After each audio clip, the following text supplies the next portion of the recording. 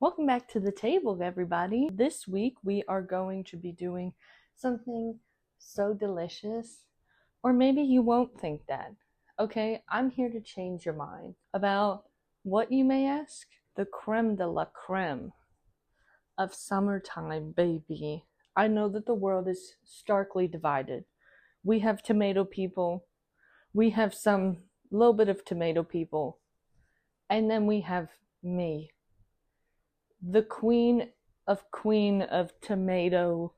The wondrous love of tomatoes runs deep in my heart. I just love these things, and I didn't grow up like that. When I was a kid, I definitely wasn't a tomato person. I don't want to say my family forced me into it, but that was kind of the name of the game here, okay? I was very lucky. I grew up with a godmother who their family owned a fresh produce stand. I grew up in farming country of rural Pennsylvania, and a lot of the produce there, it's just you get it right there. It's so good. It's so delicious, and I think that's why it has always had like a near and dear connection to my heart. I also worked in agriculture and organic farming for a few years in college, so I just have a very strong connection to very, very good produce. But personally, tomatoes are probably my favorite food, period. I think they're so versatile. If this was like one of the only ingredients I got for the rest of my life, I think I'd be fine. And I think that's why it blows my mind that some people just don't like them at all. And I think a testament to that is you'll hear so many people be like, I hate tomatoes, but I love ketchup. Okay, I'm sniffing what you're whiffing. You know what I mean? I feel like we got to get on that track. We got to get on that vision, and I think that is the direction I kind of want to go in today. Is I want to show you how to pick out good tomatoes, where to get good tomatoes, what time of year is good for tomatoes, and I also want to go over some of my favorite ways to eat tomatoes. Just show you a couple little quick recipes that you can throw together with fresh tomatoes because they're so in season right now. Right now is the time to get tomatoes. We're like just starting to get we're just on the edge of tomato season right now, and it's almost June. I think when this video comes out it will be June, but it's like late May right now.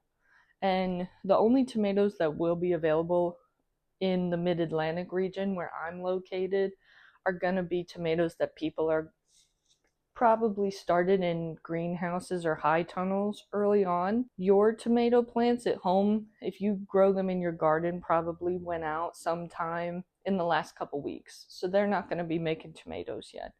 Peak tomato time is like July and August around here. That's when it's going to hit, but that doesn't mean what's out there right now is not going to be good. That's why I'd be staying buying these things. I also had a massive garden for a couple years. I love to garden. There's also times where you can end up with an insane amount of tomatoes that you just don't know what to do with them. So we're also going to go over what you can do with those as well. So I think we're going to get started cooking a little bit, showing you some of my favorite recipes, and we'll circle back and we'll talk a little about some of those things. All right? Are you ready? Are you ready to be turned on to tomatoes? Not in a weird way, in a good way. Let's do it. Need a cutting board. First, I want to go over some of the different kinds of tomatoes because that is also going to make a difference. You'll see that in the varieties of tomatoes that I got at the farmer's market this weekend, these three right here are our beefsteak tomatoes. So you'll notice that they're pretty stereotypical, like sometimes they're also called slicer tomatoes.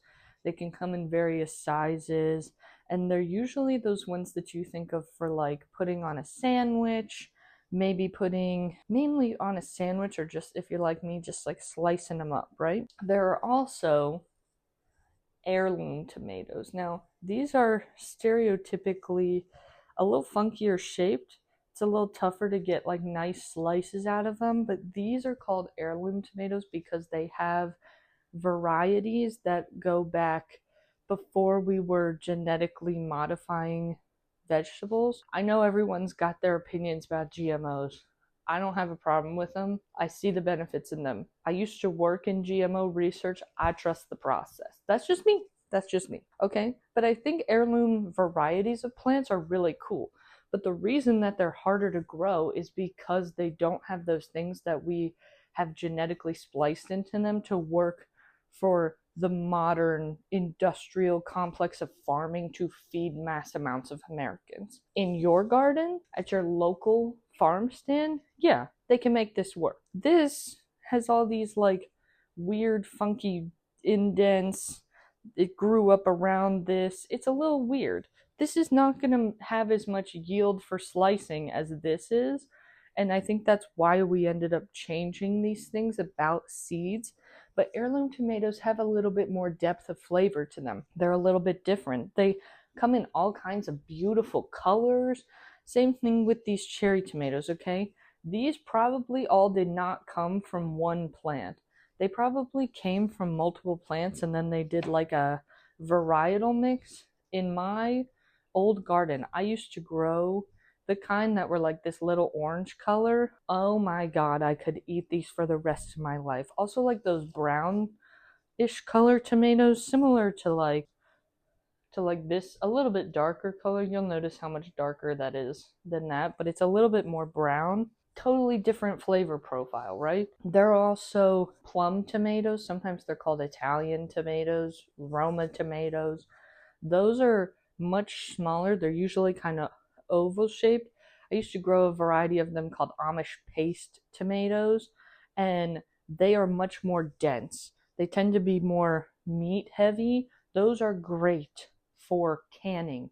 If you want to make soup, if you want to make pasta sauce, if you want to make tomato paste, if you want to make things like that that are going to sustain you for the rest of the year, that is a great variety to look for, to grow, to purchase. Today I'm going to show you, we're going to make a bruschetta, and we're also going to make pico de gallo, just because they're easy, quick things where you can chop them up and throw them together, and you can use them in a variety of different ways and elevate them in different ways.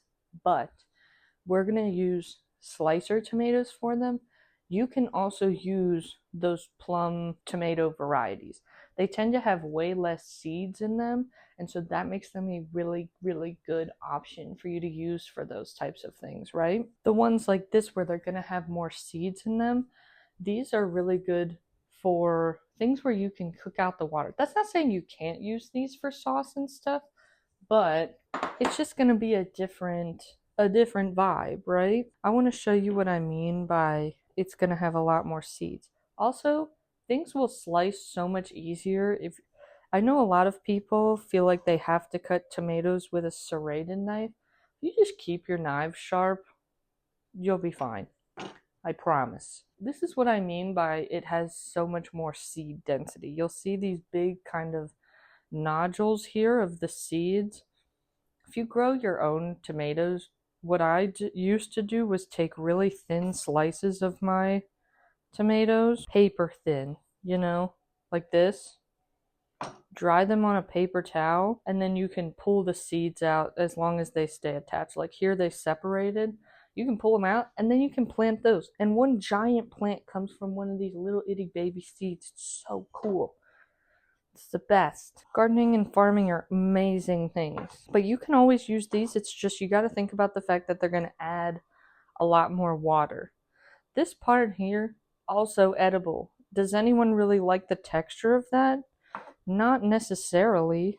So we're going to not use it. Another thing I want to say about tomatoes is a lot of people don't end up purchasing certain tomatoes because of the blemishes on them. I think you just need to give tomatoes a little bit more grace. You'll notice almost all the tomatoes I have little blemishes on them, especially, let me show you these. Like this heirloom tomato has this. You'll notice it has a lot of these little kind of rough spots on it. Has the big split in the back, but also this one, I got this on Sunday. It's Tuesday. It has a little mold spot on it. The top's a little wrinkly. This is okay. These were super ripe at the stand. Tomatoes are one of those pieces of produce that will ripen off the vine, which not everything does. If you get something a little underripe, like how if you buy an avocado and it's not ripe, you leave it on the counter for a couple days and it's perfect. Tomatoes will do that too. When I was growing up, we had this really sunny windowsill in our kitchen right above the sink, and we would always keep the tomatoes there that needed a little bit more ripening, and they would just like get all nice and warm in the sun. Ugh, that's the best. That's the best. It's wonderful. But you can do that if you don't think you're going to use them right away. I knew I was going to use them, so this is fine, right? Let's give ourselves a little grace that we're going to cut off the most of this top anyways. Little blemishes are so hard to avoid in tomatoes because they are such a soft fruit.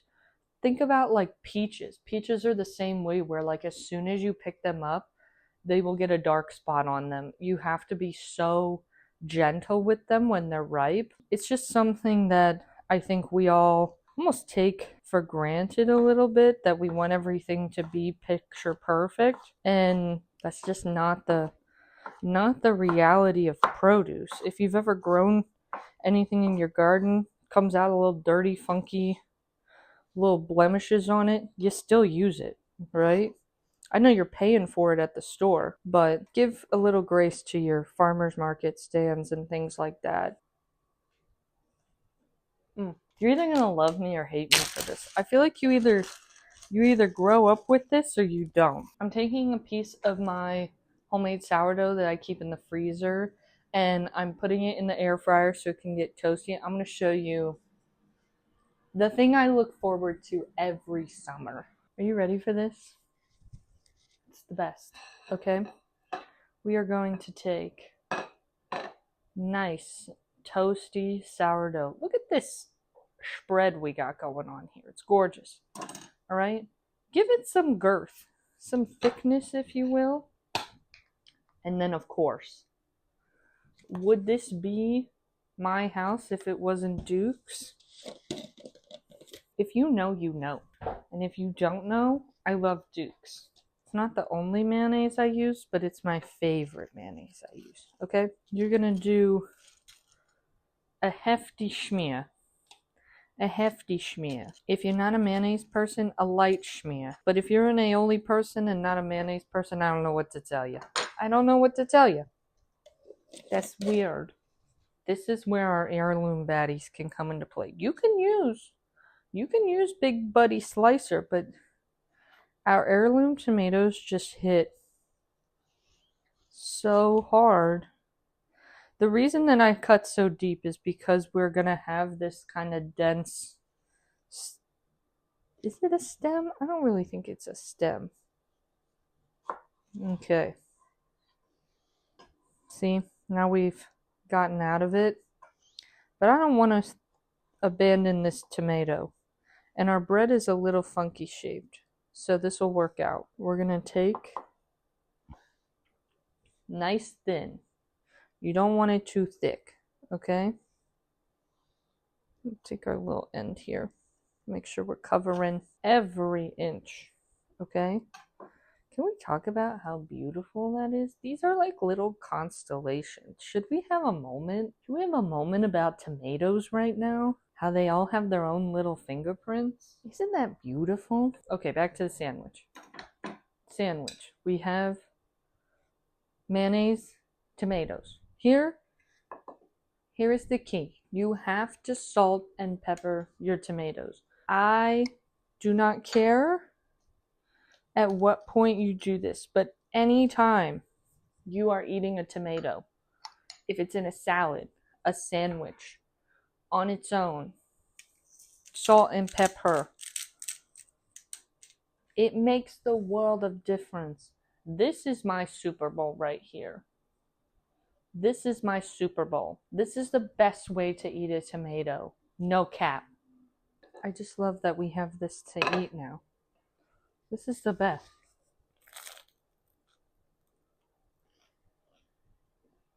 If they put me on death row in the summertime, this will be part of my meal. Just so you know. Don't put me there till the summertime. Back to this bowl. We're going to keep chopping. And what I like to do, this is something I like to do for meal prep. It's also great for parties, right? Like if we just need something, I love to use a bunch of tomatoes. And what we're going to do is I keep dropping these. Do you see that? Ignore it. You didn't see it. We're going to put a bunch of tomatoes in here. And then we're going to put some onion.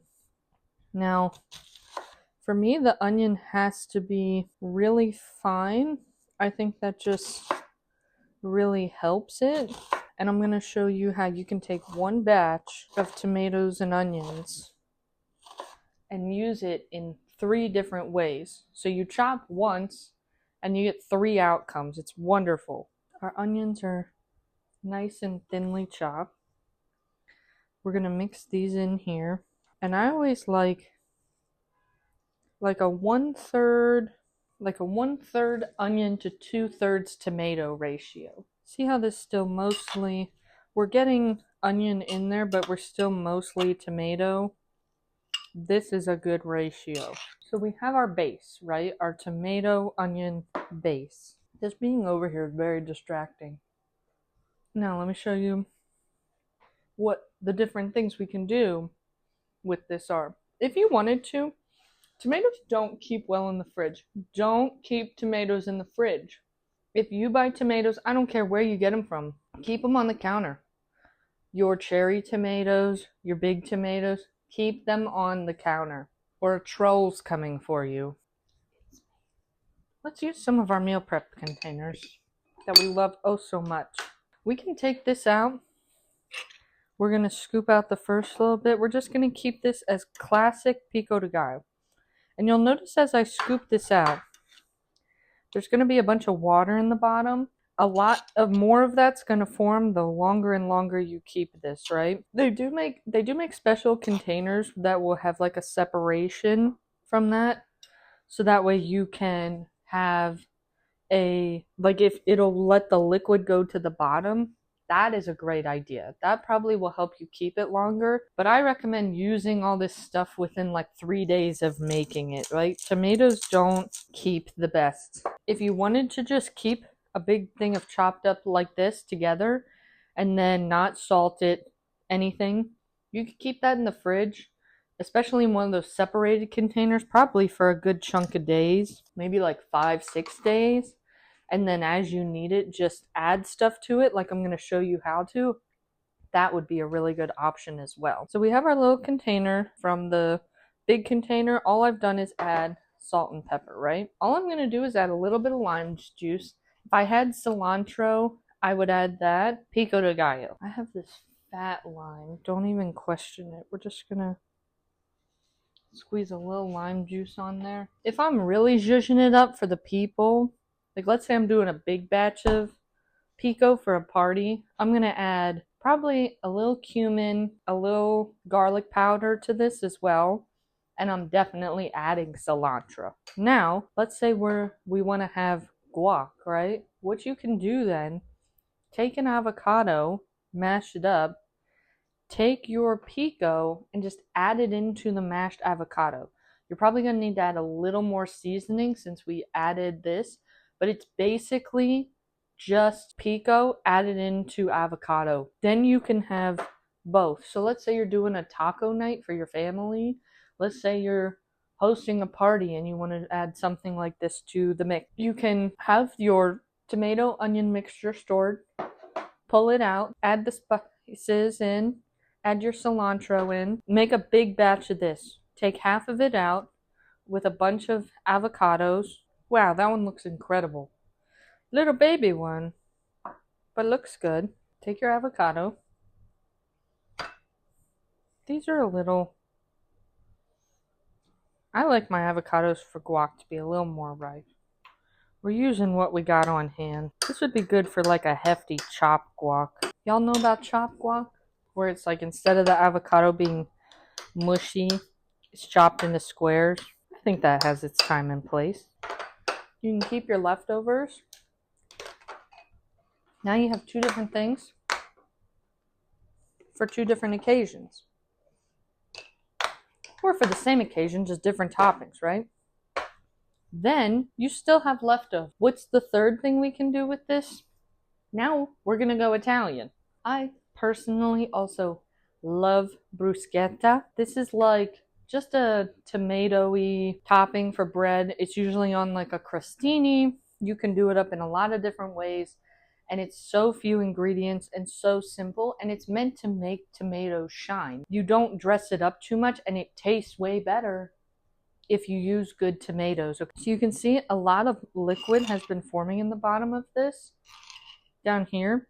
Anytime that happens and I'm using this, I just dump it. So that's what I'm going to do, because we're also going to be adding some more liquid to this. What I'm going to do, I'm going to salt and pep this. And normally if I had fresh basil, I would add that. Fresh basil so in season right now. So definitely if you have that, add it. I don't. So we're going to add a little dried basil. And then I'm actually going to use my balsamic glaze from Trader Joe's. I also have balsamic vinegar. I don't love balsamic vinegar for this, but it will work. I think it's just a little too watery. I think you need the extra thickness of the glaze for this. Nice good touch of basil. Salt, pep. Fresh cracked pep is always going to be so much better if you can get your hands on it. And then our glaze. Now, if you're serving this for a party, what I would recommend, because it comes out in this like thicker version, what I would recommend is just season the tomatoes, put out your little crostinis, or maybe you're doing this on top of like a Boursin cheese moment. That hits. Just spread out your Boursin cheese or spread out your crostinis.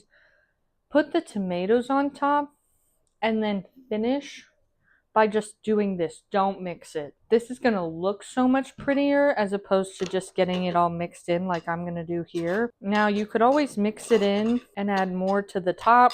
But another way I like to do this is if I have this and I have fresh basil, just mixing it in and then putting a little basil leaf on top. Also very pretty. And now you have homemade bruschetta. Some people don't put onions in it. I like onions in it. You could keep this like this, have it as a little appetizer, eat it with some crackers for a afternoon snack. Get that tomato taste, and that sweetness from tomatoes really balances out the acidity from the balsamic. One of my favorites. Now, we still have a lot of tomatoes left, right? I'm going to show you one. We got the cherry tomatoes because these are like your stereotypical, what you're going to put in a salad, what you're going to kind of snack on. I used them in this pasta salad. Now this is vegetarian. You could totally add in, like when I was a kid, my mom used to make like a variation of this and we'd take it to my volleyball tournaments all the time. But you'll notice it's more pasta dense, but it has lots of veggies. And then I have some sharp cheddar cheese in there. Normally when I was a kid, my mom used to put either some type of cured sausage or pepperoni in it too. And then she would just use like store-bought Italian dressing on it. I just make my own dressing using the red onions, the pickled red onions I make, the brine from that, and olive oil, a little lemon juice, and some Italian seasoning. That's what I put in here. The small tomatoes are great for that. To me, they're also great for in-pan pasta sauce.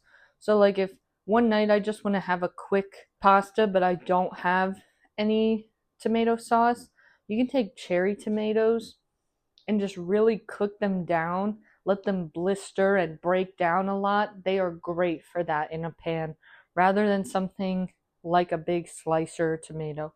But we obviously still have all these tomatoes left over, right? We're gonna do one of Clark's favorite things, which is make jam. I know this may be very, very out of the box for some of you. Tomato jam. Yes, it's a thing. I promise it is. A really slept on delicacy in my opinion. And it also uses up any weird funky spare tomatoes we got going on. Now tomato jam is kind of like an in-between of a sweet and a savory. It's sweet and we need to add sugar to it to give it that like jam consistency. And so I think that's why they make for perfect jams. And this, I'm telling you, you'll make it one time. You'll put it on burgers. You'll put it out on your summer charcuterie boards. It'll just hit. It will. So, all of the rest of our tomatoes in here. Besides this little guy. Besides this cute little gem. The other favorite easy appetizer I have that involves tomatoes. Great for if you're having people over. Maybe a little last minute, maybe not. Great for any occasion in my opinion. We're gonna cut these pretty thin.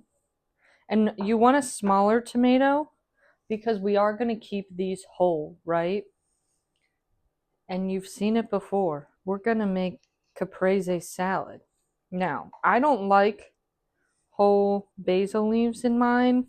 I think it makes it, I don't know, I think it gives it a weird texture. I do love keeping them whole and giving people plates to like pull them off and eat. I do like that. I know some people want it to be smaller. I don't mind. I like it like this. And I am actually using a smoked mozzarella, also from the farmer's market. This is the cheese if you're interested. It's so delicious. And they don't have to be perfect because we're layering them. We just kind of want to get around the plate, but we want to keep everything nice and thin. No one wants to bite into like a big honking annoyance of tomato and or cheese. And I think the heirloom tomatoes just work a little bit better for this because of their size and texture. Like I said, if you want to put like a basil leaf in the middle for aesthetics, go for it. That's more a call for you. What I like to do, salt everything, pep everything, just like I said. Always salt and pep your tomatoes. Then I'm gonna do a little dried basil for that little bit of flavor. If you wanted to top it with some fresh chopped basil, I think that would be better than the big hunks, but you do you. And then we're gonna break out our balsamic glaze one last time. Who can resist that? The smoky flavor changes the game, I'm telling you, okay?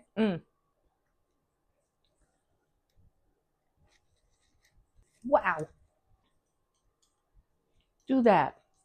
Now we're going to get to what I think y'all are going to be the most skeptical of, but I honestly think it's the best thing for you to make on this whole show. So let's start with our tomatoes, and then, first of all, let's clean up a little bit because no more tomatoes will be harmed in the making of this video.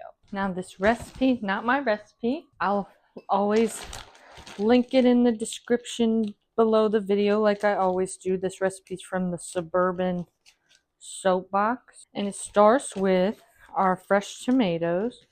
You don't have to peel them or anything like that. They'll add the skins will add texture.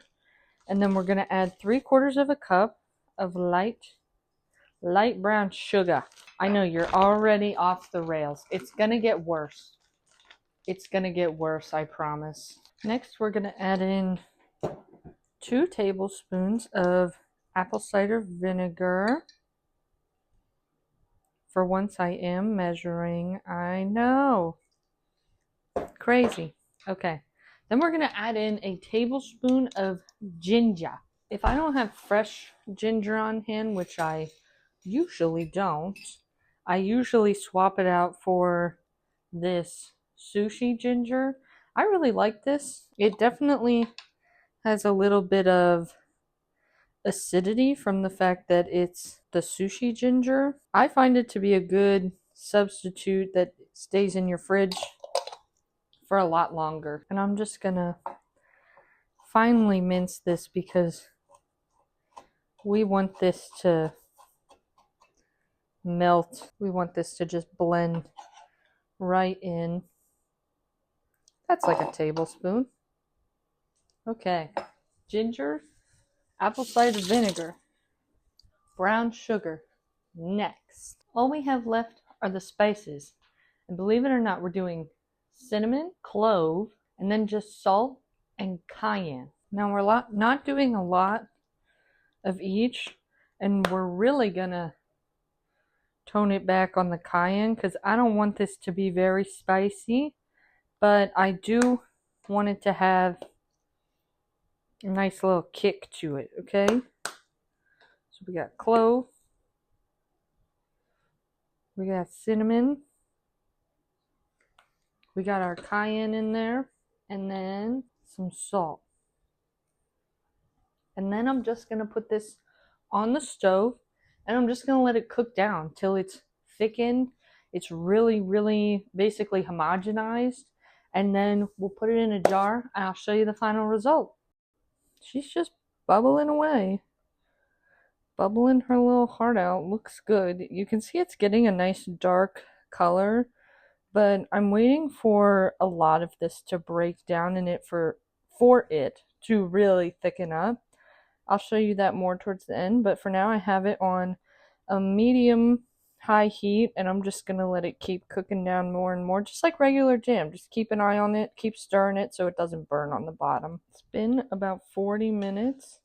You can see how much thicker she is. She definitely still has this kind of layer on top. I don't know if that's kind of like an oily thing going on or what that is, but honestly I'm very, very happy with this consistency.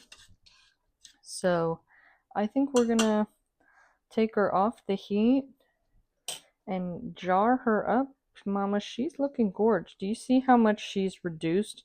This is like probably a third of what we had, and this is just nice and thick. I think this is perfect. That's what we're shooting for. Alrighty. You see her? She looks gorgeous. She just came off the stove. She's still pretty hot, and I definitely think it's going to continue to kind of congeal as we go, but I didn't want it to be so thick that it was icky. And when things are heated up, they tend to always look more watery than they are. Smells great.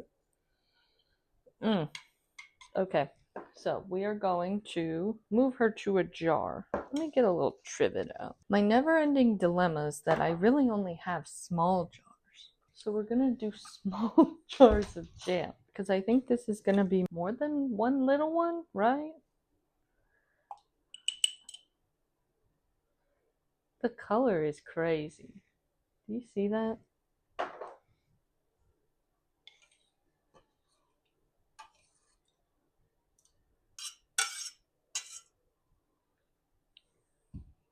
It's hot, so I'm nervous.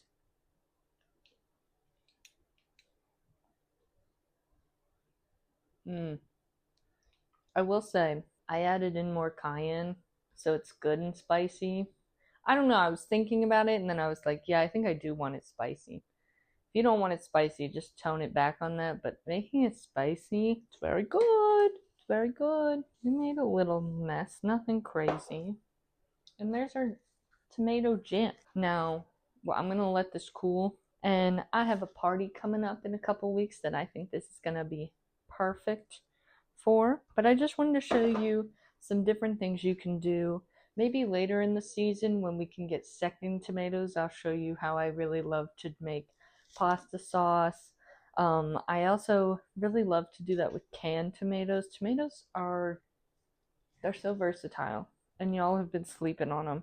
And they're so beautiful. They're so good. And I hope you really give them a try this summer, a true try, and you find some other delicious seasonal produce now that we're getting into the summer month. So thank y'all so much for joining me at the table again this week, and I will see you next time. Bye.